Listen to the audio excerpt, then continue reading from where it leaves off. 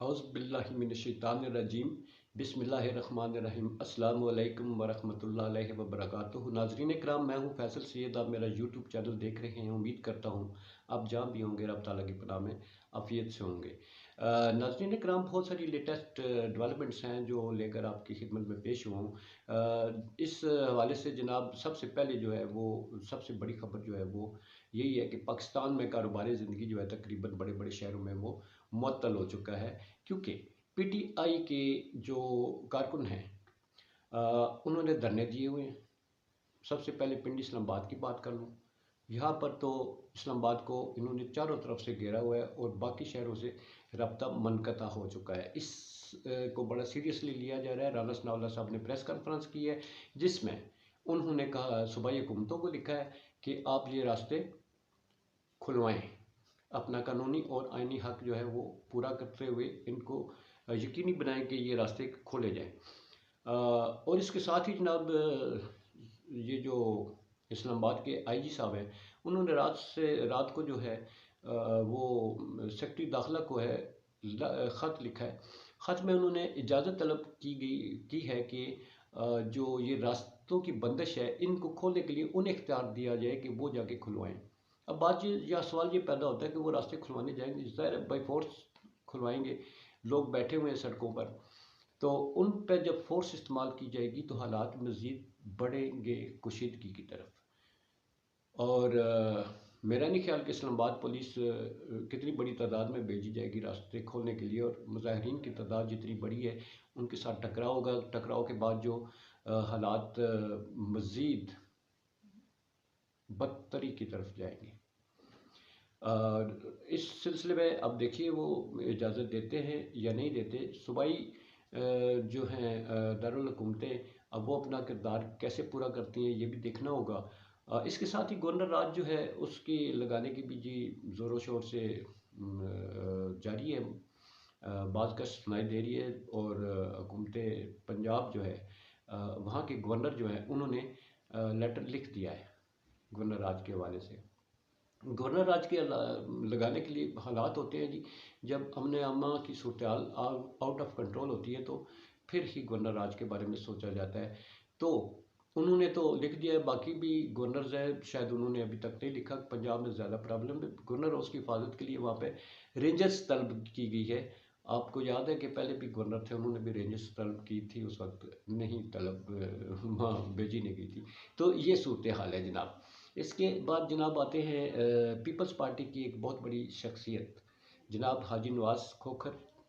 बहुत बड़ा नाम पीपल्स पार्टी का। दरीना कारकुन, बेनज़ीर के साथी, उनके फर्जंद मुस्तफ़ा नवाज़ खोखर जो सेनेटर हैं, उन्होंने सेनेट से रिज़ाइन कर दिया है।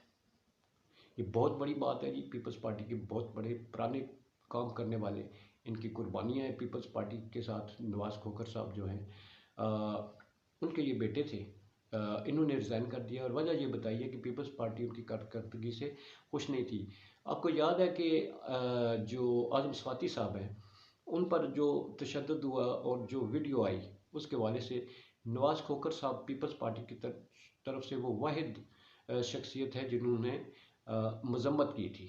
और जो DGISI से नहीं, ISI के ब्रिगेडियर है, उनका हवाला भी उन्होंने दिया था कि उनको कॉल आई, जिसमें ISI के जो वो मुतबर ब्रिगेडियर साहब हैं उन्होंने इनकार किया है। उन्होंने कहा है, तरदीद किया है कि हमारा ISI का इससे कोई लेना देना नहीं, किसी ने ऐसी वीडियो नहीं बनाई।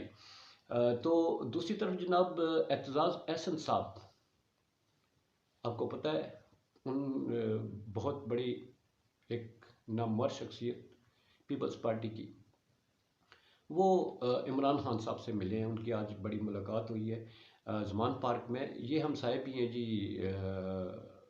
इमरान खान साहब के। उनकी मुलाकात हुई है जी। और मुलाकात वैसे तो वो उनके अयादत के लिए गए थे, ज़ाहिर हमसाये भी हैं, मगर इस मुलाकात में बाकी क्या बातें हुई हैं इनका कुछ हम क्यास नहीं कर सकते। ज़ाहिर है सियासत पे भी गुफ्तगू हुई होगी और सारा कुछ किया होगा। तो उस हवाले से ये बहुत बड़ी ख़बर है कि वहाँ पर जो है इनकी मुलाकात के सिलसिले में जो तफसीलात हैं जो गहरी तफसीलात होती हैं वो अभी हमें मुयस्सर नहीं हैं। वफाकी दारुल हुकूमत जो है, और पिंडी में जनाब आपको पता है, रात को भी मैंने बताया था कि तालीमी इदारे 2 दिन के लिए बंद कर दिए गए। कल अल्लामा इकबाल डे, जो आपको मालूम है, पता नहीं याद है या नहीं, कि नवाज शरीफ साहब ने ये इकबाल डे की छुट्टी ख़त्म की थी, जो कल दोबारा अनाउंस कर दी गई है कि कल छुट्टी होगी इकबाल साहब के सिलसिले में। और ये इस छुट्टी के ऐलान के पस पर्दा क्या है उसका कुछ कहना कबल अज़ वक्त है। वैसे जो बाबर एवान साहब है, उन्होंने कहा है कि हो सकता है कि इस छुट्टी की आड़ में गिरफ्तारियां हों, और हुकूमत ने जनाब गिरफ्तारियों का सिलसिला भी अनाउंस कर चुका है। बड़े बड़े पीपल्स पार्टी के नाम, उनकी गिरफ्तारियां, उनके आर्डर ले चुके हैं। तो अब ये देखिए कि गिरफ्तार करने से अगर मामला दुरुस्त होते होते तो फिर तो गिरफ्तार करना सबसे वो एक कठिन काम है, और कठिन काम अगर सर अंजाम देते हैं, इसके बाद क्या हालात आपके कंट्रोल में आ जाएंगे, हालात मज़ीद अबतरी की तरफ जाएंगे। एक और सबसे बड़ा सरप्राइज़ पाकिस्तान के लिए जी, जनाब हमारे सऊदी वली अहद जो है, वो तशरीफ़ ला रहे हैं पाकिस्तान विज़िट के लिए। ऐसे हालात में उनका पाकिस्तान में आना, विज़िट करना, ये बाहमी तल्लुकात तो अपनी जगह, मगर इन हालात में अगर वो आते हैं तो इसका मतलब ये है कि वो इन हालात में भी अपनी कोई मुआवनत करेंगे।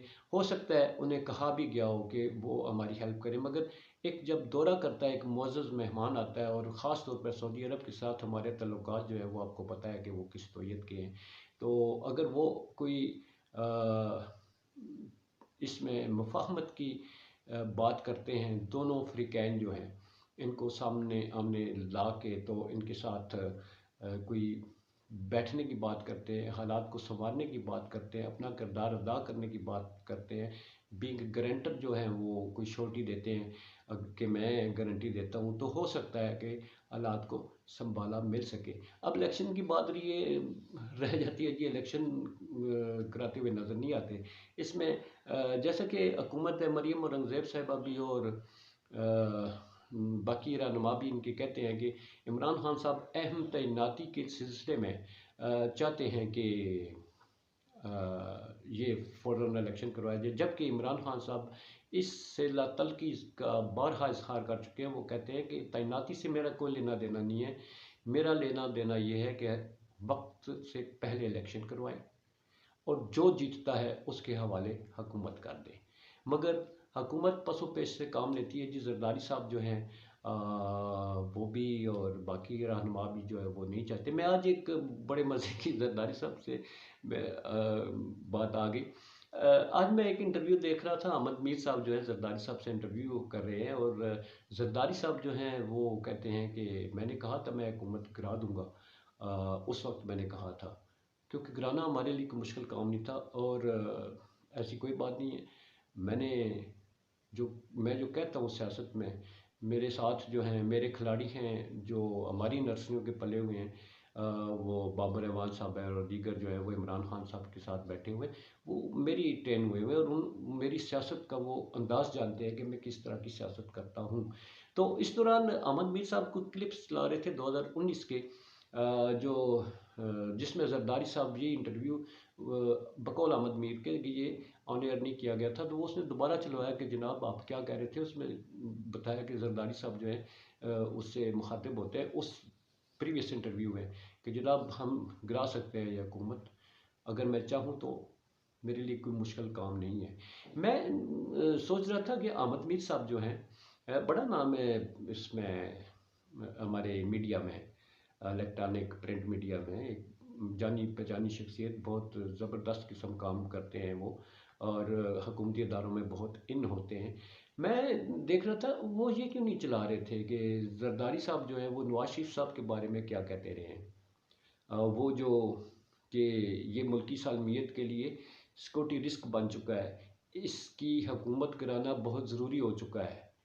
ये अगर मैंने ये काम ना किया, अगर मैं इसके ख़िलाफ़ खड़ा ना हुआ, तो मैं पाकिस्तान के साथ अपनी मुखलसी नहीं कर रहा हूँगा।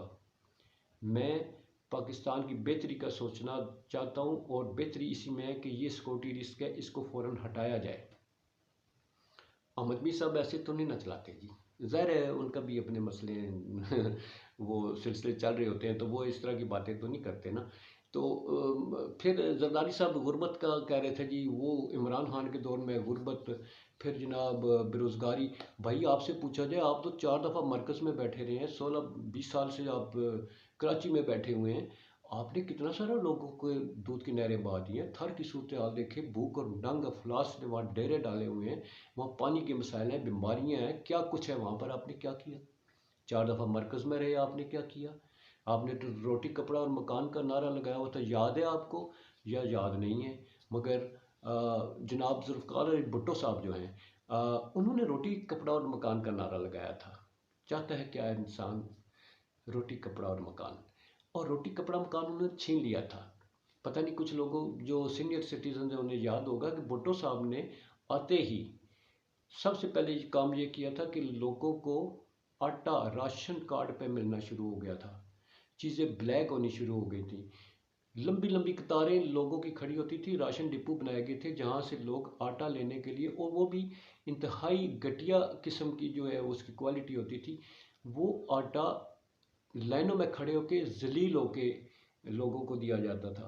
اور وہ یہ نہیں ہے کہ کھلا لے لیں گے آپ، نہ نہ نہ، آپ گھر کے 2 بندے ہیں تو اس کے حساب سے آٹا ملے گا، 4 بندے ہیں اس کے حساب سے ملے گا۔ اور گھی کا ڈبہ جو بندہ جس کے ہاتھ آ جاتا تھا کہیں سے، وہ سینہ تان کے ایسے چلتا تھا بازار میں جیسے اس نے بہت بڑا تیر مار لیا ہے۔ اسی طرح سیمنٹ غائب تھا، ضیاء الحق نے مارشل لا لگایا، ہر چیز اوپن ہو گئی، راشن ڈپو بند، مارکیٹ میں کھلی چیزیں، ہر چیز کھلی تھی، ہر بندے کی رسائی میں تھی۔ اور جو 10 سال ضیاء الحق صاحب کے رہے تھے، اگرچہ وہ ہمارے ملک کے لیے اتنا اچھا ثابت نہیں ہوا وہ دور، اس سے بہت سارے ہمارے مسائل پیدا ہوئے، مگر لوگوں کے لیے جو ہے وہ ریلیف، وہ اس کا ذکر کرنا ہم کبھی نہیں بولتے۔ یہ تھی جناب سیاست ہے جی، بہرحال سیاست کے کھیل ہیں، سیاست دان جو ہے پتہ ہے آپ کو، وہ اسی طرح کرتے ہیں سیاست تو، کبھی ایک طرف کبھی دوسری طرف۔ آپ دیکھتے نہیں ہیں کہ کل یہ کیا کہتے تھے اور آج سارے اکٹھے بیٹھے ہوئے ہیں۔ اقتدار ہے، اقتدار جو ہے وہ حاصل کرنے کے لیے کیا کچھ نہیں کیا جاتا، یہ سب کو معلوم ہے۔ کوئی بھی راستہ ہو، کہیں سے بھی ملتا ہو، کسی بھی بیساکھی کا سہارا لینا ہو تو جناب اس کو فوراً پکڑ کے اس کے سہارے پہ کھڑا ہو جاتے ہیں اور اس بیساکھی کو تھامے رکھتے ہیں۔ ویسے تو اللہ کی رسی کو مضبوطی سے تھامنا چاہیے، مگر یہ بیساکھیوں کو مضبوطی سے تھامنے کا ہنر رکھتے ہیں۔ تو ساتھیوں، غربت اپنی جگہ، غریب اپنی جگہ رول رہا ہے، اور اس کا کوئی پرسان حال نہیں ہے۔ تو اس کے ساتھ ہی میں آپ ساتھیوں سے اجازت چاہوں گا، مزید خبروں کے بعد میں بات ہوگی۔ اپنا بہت سارا خیال رکھیے گا، سب سے پہلے اپنی سونی دھرتی ماں پاکستان زندہ باد، پاک افواج پائندہ باد، سلامت رہیں، اللہ حافظ۔